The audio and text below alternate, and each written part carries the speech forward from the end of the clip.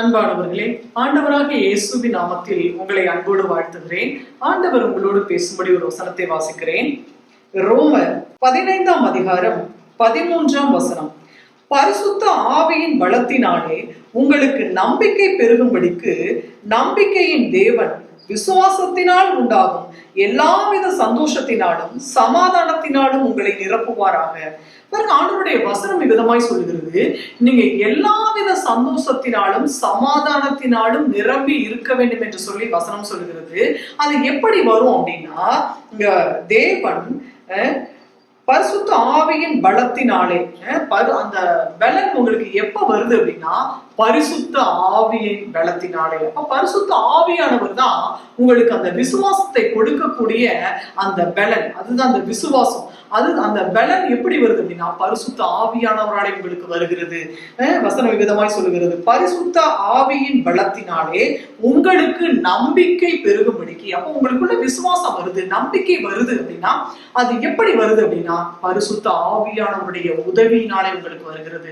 நீங்க ஜெபம் பண்ணும் போது பரிசுத்த ஆவியானவரே எனக்குள்ள வாங்க, எசப்பா நீங்க எனக்குள்ள வாங்க, பரிசுத்த ஆவியானவரே நீங்க எனக்குள்ள வாங்க, எனக்கு உதவி செய்யும்படிக்கு, எனக்கு விசுவாசத்தை கொடுக்கும்படிக்கு, என்னை நடத்தும்படிக்கு பரிசுத்த ஆவியானவர் எனக்குள்ள வாங்கன்னு சொல்லி நீங்க பரிசுத்த ஆவியானவர் நீங்க உங்களுக்குள்ள நீங்க அழைத்து நீங்க ஜெபிங்க.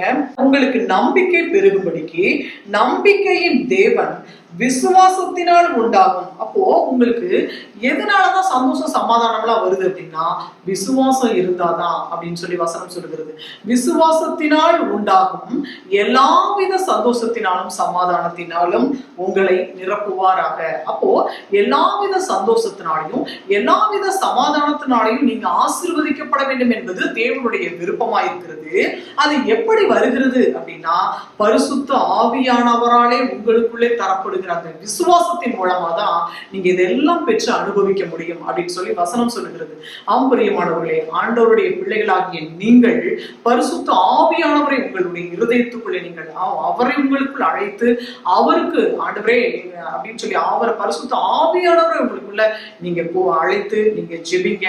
அந்த பரிசுத்த ஆவியானவராலே உங்களுக்கு விசுவாசம், நம்பிக்கையின் தேவன் உங்களுக்கு விசுவாசத்தை கொடுத்து எல்லாவித சந்தோஷத்தினாலும் எல்லாவித சமாதானத்தினாலும் உங்களை நிரப்பி அவர் உங்களை ஆசீர்வதிக்க வல்லவராய் இருக்கிறார்.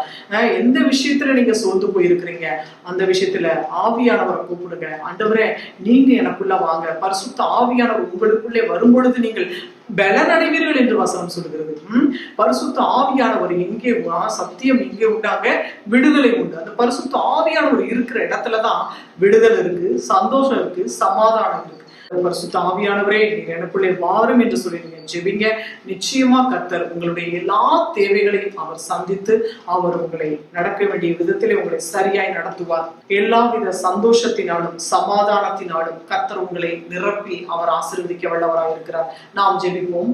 சர்வ வல்லமையுள்ள எங்கள் அன்பின் பரலோக பிதாவே, இசப்பா அந்த நல்ல வேலைக்காய் உமக்கு நாங்கள் நன்றி செலுத்துகிறோம். சுவாமி தகப்பனே, உங்களுடைய பிள்ளைகள் ஆண்டவரே எந்த விஷயத்துல சந்தோஷம் இல்லாம சமாதானம் இல்லாம இருக்கிறார்களோ ஆவியானவரே அவர்களுக்கு பரிசுத்த ஆவியானவர் நீர் உதவி செய்ய வேண்டும் என்று சொல்லி நாங்கள் ஜெபிக்கிறோம். சுவாமி பரிசுத்த ஆவியானவர் தாமே நம்முடைய பிள்ளைகளுக்கு நீர் உதவி செய்து சமாதானத்தையும் சந்தோஷத்தையும் நிறைவாய் பெற்றுக்கொள்ள கர்த்தர் அவர்கள் சந்தோஷத்தினாலும் சமாதானத்தினாலும் நிறைவாய் வாழ்ந்திருக்க தேவரீர் நீர் உதவி செய்ய வேண்டும் என்று சொல்லி நாங்கள் ஜெபிக்கிறோம். அப்பா பிள்ளைகளுடைய ஆண்டவரே எந்த காரியத்திற்காக அவர்கள் சந்தோஷம் இழந்து காணப்படுகிறார்களோ சமாதானத்தை துளைத்து காணப்படுகிறார்களோ கர்த்தாவே நீர் அந்த காரியத்திலே நீர் இறங்கி கர்த்தர் அவர்களுக்கு ஆண்டவரே பரிசுத்த ஆவியானவர் உதவி செய்து அவர்களுக்கு நல்ல விசுவாசத்தை கொடுத்து சந்தோஷத்தினாலும் சமாதானத்தினாலும் அவர்கள் நிறைவாய் மகிழ்ச்சியாய் வாழ தேவரீர் நீர் உதவி செய்த கிருபைகளுக்காய் நன்றி செலுத்துகிறோம். ஆசீர்வதிங்க, பொறுப்பெடுக்க இடத்துக்கு இயேசு ரட்சகரின் நாமத்தில் ஜெபிக்கிறோம் பிதாவே. ஆமென், ஆமென். பிரியமானவர்களே, நீங்க எந்த விஷயத்திலையும் சோர்ந்து போகணும்னு அவசியம் இல்லை.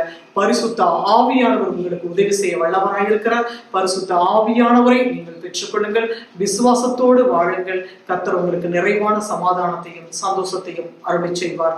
God bless you.